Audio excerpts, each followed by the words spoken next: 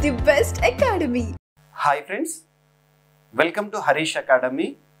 ఈరోజు వార్తలు నిలిచిన జాతీయ అంతర్జాతీయ రాష్ట్రీయ అంశాల గురించి, వార్తలు నిలిచిన వ్యక్తులు, అవార్డులు, పుస్తకాలు, మరి క్రీడా సంబంధిత సమాచారం ఒక్కొక్క అంశాన్ని వివరంగా తెలుసుకుందాం. ఈరోజు ఫస్ట్ టాపిక్ వచ్చేసి ఇటీవల కాలంలో ముఖ్యంగా లాస్ట్ 2 years నుండి చాలా టాపిక్స్ని మనం చూసాము. పేరు మార్పు సంబంధిత అంశాలు, అందులో అన్నిటికంటే ఇంపార్టెంట్ మనం చూడాలంటే రాజ్పథ్ ఒకప్పుడు కర్తవ్యపథ్గా మనం పిలుస్తున్నాము. మనము గణతంత్ర దినోత్సవ వేడుకల సందర్భంగా శకటాల ప్రదర్శన జరిగింది కదా, అదే కర్తవ్యపథ్, ఒకప్పుడు రాజ్పథ్. అలాంటివి చాలా పేరు మార్పు సంబంధిత అంశాలను మనం లాస్ట్ 2 to 3 years నుండి మనం చూస్తున్నాం. ఈరోజు అలాంటి ఒక అంశమే వార్తల్లోకి వచ్చింది. మనం చరిత్ర పుస్తకాల్లో పోర్ట్ విలియం అని చెప్పేసి నేర్చుకునే వాళ్ళం కదా, దానికి కొత్త పేరు భారత ఆర్మీ వారు కొత్త పేరుని తీసుకురావడం జరిగింది. విజయ్ దుర్గ్ అంట. మనం ఫోర్ట్ విలియం అని చెప్పేసి హిస్టరీ పుస్తకాలు కూడా చూస్తాం. మనము ముఖ్యంగా బ్రిటిష్ ఇండియా వారి కాలంలో కానివ్వండి, బ్రిటిష్ వారు భారతదేశాన్ని పరిపాలించిన సమయంలో కానివ్వండి, ఫోర్ట్ విలియం అనే పేరు మీరు చాలాసార్లు వింటారు మోడర్న్ హిస్టరీలో. అదే పేరు, కొత్త పేరు ఏంటంట విజయ్ దుర్గ్ అంట. ఓకేనా. వారసత్వంగా కొనసాగుతున్న వలస పాలకుల పేర్లను తొలగించే చర్యల్లో భాగంగా కోల్కతాలోని ఈస్టర్న్ ఆర్మీ కమాండ్ ప్రధాన కార్యాలయం ఫోర్ట్ విలియం పేరును విజయ్ దుర్గ్గా మారుస్తున్నట్లు సైన్యం ఇటీవల ప్రకటించింది. కోల్కతా నడిబొడ్డున ఉన్న ఈ క్యాంపస్లో వివిధ చారిత్రక భవనాల పేర్లను కూడా మార్చేశారంట. సో ఏం లేదు, ఫోర్ట్ విలియం కాస్త విజయ్ దుర్గ్ అని గుర్తుపెట్టుకోండి.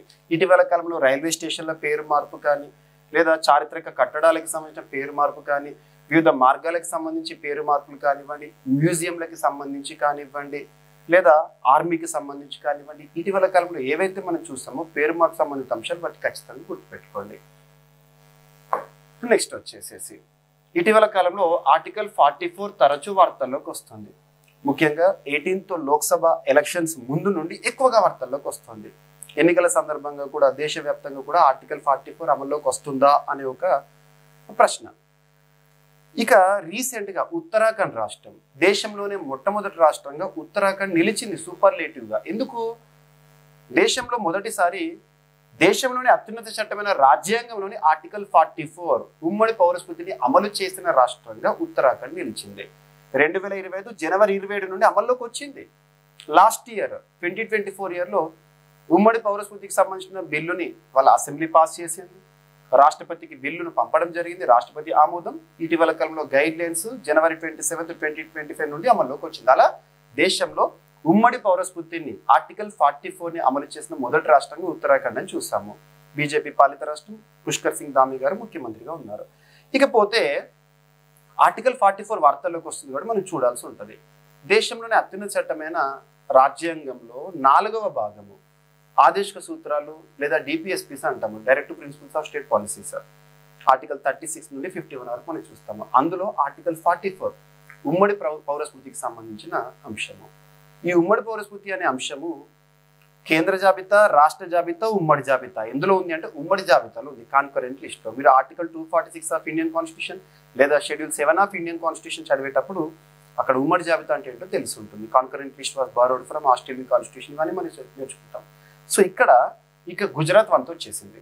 బీజేపీ పాలిత గుజరాత్ రాష్ట్రం కూడా వాళ్ళ రాష్ట్రంలో ఉమ్మడి పౌరస్మృతిని ఆర్టికల్ 44ని అమలు చేయడానికి ఇటీవల 5 వ్యక్తుల ఒక కమిటీని ఏర్పాటు చేసింది, సాధ్యాసాధ్యాలు అమలుకు సంబంధించి అధ్యయనం చేయడానికి. భూపేంద్రభాయ్ పటేల్ గారు ఇటీవల చెప్పడం జరిగింది, గుర్తుంచుకోండి. ఓకేనా. అండ్ నెక్స్ట్ వచ్చేసి తరచూ వార్తలు నిలుస్తున్న అంశాల్లో IITs, Indian institute of technologies. అందులో అత్యధిక సార్లు ఐఐటి మద్రాస్ వార్తల్లోకి వచ్చింది. ఇటీవల కాలంలో అస్సాం రాష్ట్రంలోని ఐఐటి గౌహతి కూడా చాలాసార్లు మనం చూస్తున్నాము. So IIT Guwahati Indian army మధ్య కుదిరిన ఒక ఒప్పందము ఐఐటీస్కి సంబంధించి మనం ఎలా చూడాలి అంటే ఏ టాపిక్తో వార్తల్లోకి వచ్చింది, ఆ ఇన్నోవేషన్ ఏంటి. సో ఇక్కడ ఒప్పందం ఐఐటి గౌహతి ఇండియన్ ఆర్మీ మధ్య కుదిరిన ఒప్పందము బ్యాంబూ బంకర్స్ ఏర్పాటు కోసము. బ్యాంబూ బంకర్స్ని ఏర్పాటు చేయాలి, ముఖ్యంగా ఇండియన్ ఆర్మీ అవసరాల కోసము, ఆ టెక్నాలజీకి సంబంధించి. మరి దేనికి ఆల్టర్నేటివ్ అంటే alternative to traditional construction materials. ట్రెడిషనల్గా కన్స్ట్రక్షన్ చేసే మెటీరియల్స్ ఏవైతే ఉంటాయో, సిమెంట్, కాంక్రీట్ ఉంటాయి కదా, వాటి స్థానంలో బ్యాంబూ బంకర్స్ని ఏర్పాటు చేయడానికి ఇటీవల ఇండియన్ ఆర్మీతో ఏఐఐటి వారు ఒప్పందం కుదుర్చుకొని వార్తల్లోకి వచ్చారంటారు. IIT Guwahati very very important. IITs ముఖ్యంగా కరోనా విపత్కర పరిస్థితుల కాలం నుండి రెగ్యులర్గా వార్తల్లోకి వస్తున్నాయి. వాటి యొక్క ఇన్నోవేషన్స్ అనేవి మనం చూస్తూనే ఉన్నాము. ఐఐటీస్ సాధిస్తున్న ఘనత భారతదేశానికి పరిమితమైన ఐఐటీస్ ప్రస్తుతం విశ్వవ్యాప్తం అవుతున్నాయి, వివిధ దేశాల్లో ఏర్పాటు అవుతున్నాయి. ఓకేనా. నెక్స్ట్ వచ్చేసేసి ఎకోవాస్ అనే ఒక అంశము వార్తల్లోకి వచ్చింది.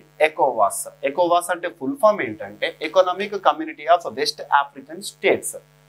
ఎకనామిక్ కమ్యూనిటీ ఆర్థిక పరమైన ఒక కూటమి, 12 దేశాల సభ్యత్వంతో కూడిన కూటమి. 1975 28 మే రోజున ఏర్పాటైన ఒక కూటమి, ఆఫ్రికాకి సంబంధించిన కూటమి. ముఖ్యంగా ఆఫ్రికాకి సంబంధించి వెస్టర్న్ ప్లేస్లో ఉండే 12 దేశాల కూటమి. దీని యొక్క హెడ్ క్వార్టర్ వచ్చేసి అబూజా అనే ప్రాంతం నైజీరియాలో ఉంది ఎకోవాస్ కూటమి. మరి ఇందులో నుండి 3 దేశాలు ఇటీవల బయటకు వస్తున్నట్టుగా ప్రకటించాయి. ఏంటా దేశాలంటే నైగర్, మాలి, బర్కినా ఫాసో. గుర్తుపెట్టుకోండి.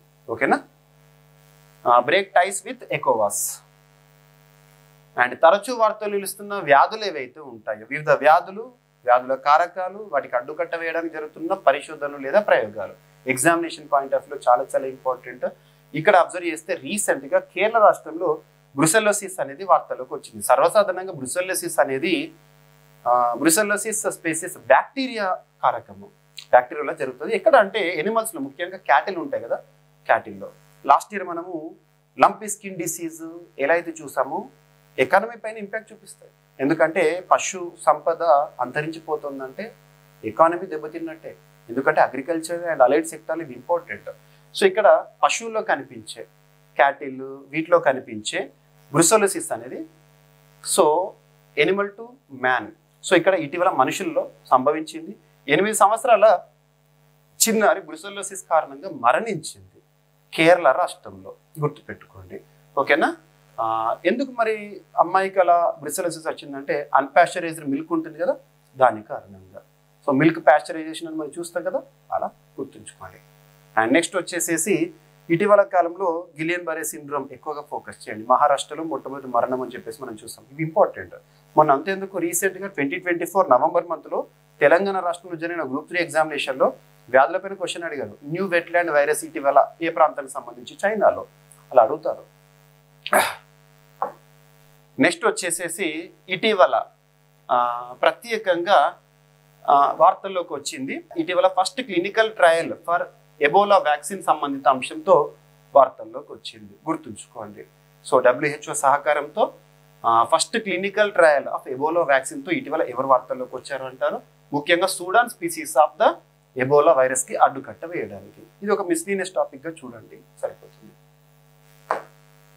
అండ్ బర్డ్ ఫ్లూ వ్యాక్సిన్ ఆవిష్కరణకు నడుం కట్టిన ICMR, Indian council of medical research, bird flu vaccine ఆవిష్కరణకు నడుం కట్టిందంట. కలిసి పనిచేసే సంస్థలకు ఆహ్వానము. మనుషుల్లో ఏవియన్ ఇన్ఫ్లుయెన్జా H5N1 నివారణకై వ్యాక్సిన్ కనుగొనే ప్రక్రియకు Indian council of medical research నాంది పలికింది. ఈ వ్యాక్సిన్ రూపకల్పనకు సంబంధించి పరిశోధనలో, ఉత్పత్తిలో తనతో కలిసి పనిచేసేందుకు ఆసక్తి గల సంస్థలు, కంపెనీల నుంచి దరఖాస్తులు కోరింది. బర్డ్ ఫ్లూగా ప్రసిద్ధమైన ఏవియన్ ఇన్ఫ్లుయెంజా అతి త్వరితంగా వ్యాప్తి చెందే లక్షణం ఉన్న వ్యాధి అంట.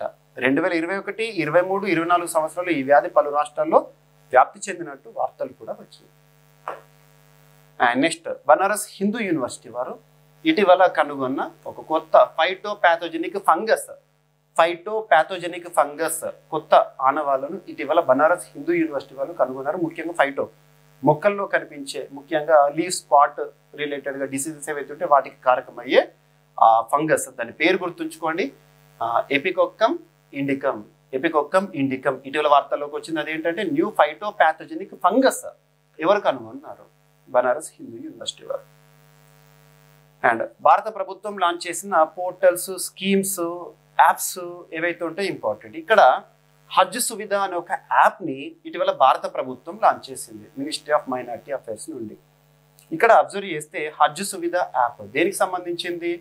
హజ్ పిల్గ్రిమ్స్ ఎవరైతే ఉంటారో వాళ్ళకు త్వరితగతిన సేవలు అందించడము, వారికి సంబంధించి యాప్లో త్వరితగతిన సేవలతో పాటు ఎక్స్పీరియన్స్ అనేది స్పీడప్ చేయడం కానివ్వండి, ప్రాసెసింగ్ స్పీడప్ చేయడం కానివ్వండి, ఇవన్నీ కూడా ఇందులో ఉంటాయి. ముఖ్యంగా హజ్ ఎవరికి సంబంధించింది? ముస్లింలకు సంబంధించి మైనార్టీల్లో ఒకటి ముస్లిం మత నియమాలు 5 నియమాలు ఉంటాయి. అల్లా ఇస్ ద ఓన్లీ గాడ్ అనే ఒక నియమము, 5 సార్లు ప్రతిరోజు 5 సార్లు ప్రేయర్ చేయడం నమాజ్ అంటాం. ఫస్ట్ ఏమో Allah is the only God, second 5 times prayer నమాజ్ అంటాము, అసర్ ఫజర్ జుహర్ మగ్రిబ్ ఇషా అని చెప్పేసి.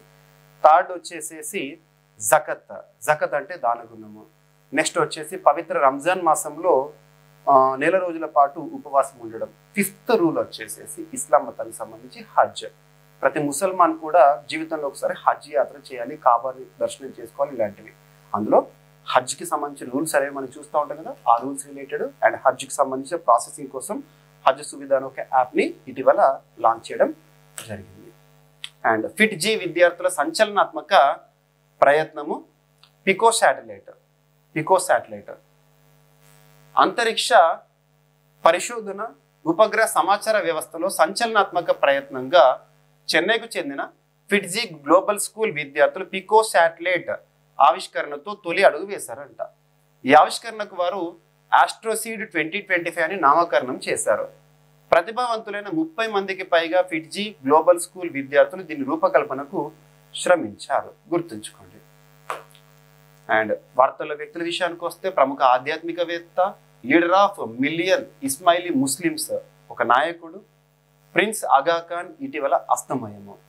దాతృత్వ సంస్థల ద్వారా ప్రపంచవ్యాప్తంగా సేవలు అందించారు, అలా గుర్తింపు పొందారు. 100 ఆసుపత్రులు, విద్యా సంస్థలను నిర్మించారు. 2015లో భారత ప్రభుత్వ పద్మ విభూషణ్ పురస్కార గ్రహీత ఆగా ఖాన్ విద్యాదాత మృతికి ప్రధాని మోదీ, ప్రపంచ నేతల సంతాపము. అండ్ క్రీడాకారులకు సంబంధించి హెలెప్ ఇటీవల క్రీడకు వీడ్కోలు పలుకుతూ వార్తల్లోకి వచ్చారు. సో ఇక్కడ ఏ క్రీడకు సంబంధించి అంటే టెన్నిస్. 2 సార్లు grand slam champion Simona Halep టెన్నిస్కు వీడ్కోలు పలికింది రొమేనియా వేదిక జరిగిన చివరి మ్యాచ్లో. సో తన మదర్ కంట్రీ వచ్చేసి రొమేనియా. సో ఇటీవల టెన్నిస్కి వీడ్కోలు పలుకుతూ వార్తల్లోకి వచ్చిన హెలెప్ అని గుర్తుంచుకోండి. సో ఈరోజు అంశాలు ర్యాపిడ్గా చూస్తే విజయదుర్గ్గా ఫోర్ట్ విలియం అనే అంశము. అండ్ ఆర్టికల్ 44 అమలుకు సంబంధించి 5 వ్యక్తుల కమిటీని ఏర్పాటు చేస్తూ గుజరాత్ రాష్ట్రము. Next IIT Guwahati, Indian army మధ్య కుదిరిన bamboo bunkers ఒప్పందము. Next ఎకోవాస్ break ties with ఎకోవాస్ 3 countries వార్తల్లోకి వచ్చినాయి. బ్రుసెల్లోసిస్ మరణం అనేది ఇటీవల కేరళలో సంభవించింది. నెక్స్ట్ వచ్చేసి first clinical trial for Ebola vaccine అనే అంశంతో Africa country. Next bird flu vaccine ఆవిష్కరణకు నడుము కట్టిన ICMR. Next new phytopathogenic fungus ఇటీవల కనుగొనడం జరిగింది. అండ్ హజ్ సువిధ యాప్ అనేది ఇటీవల ప్రారంభము. అండ్ ఫిట్జీ విద్యార్థుల సంచలనాత్మక ప్రయాణం పికో శాటిలైట్, ఆధ్యాత్మికవేత్త వితరణజీవి prince Agha Khan అస్తమయము. And Halep టెన్నిస్కి వీడ్కోలు పలుకుతూ వార్తల్లోకి వచ్చారు. సో ఇవి ఫ్రెండ్స్ ఈరోజు వార్తలు నిలిచిన అంశాలు. మిస్లేనియస్ అంశాలను మిగిలిపోతే రేపటి క్లాస్లో జోడించి మరొకసారి నేర్చుకుందాం, కలుద్దాం. Thank you.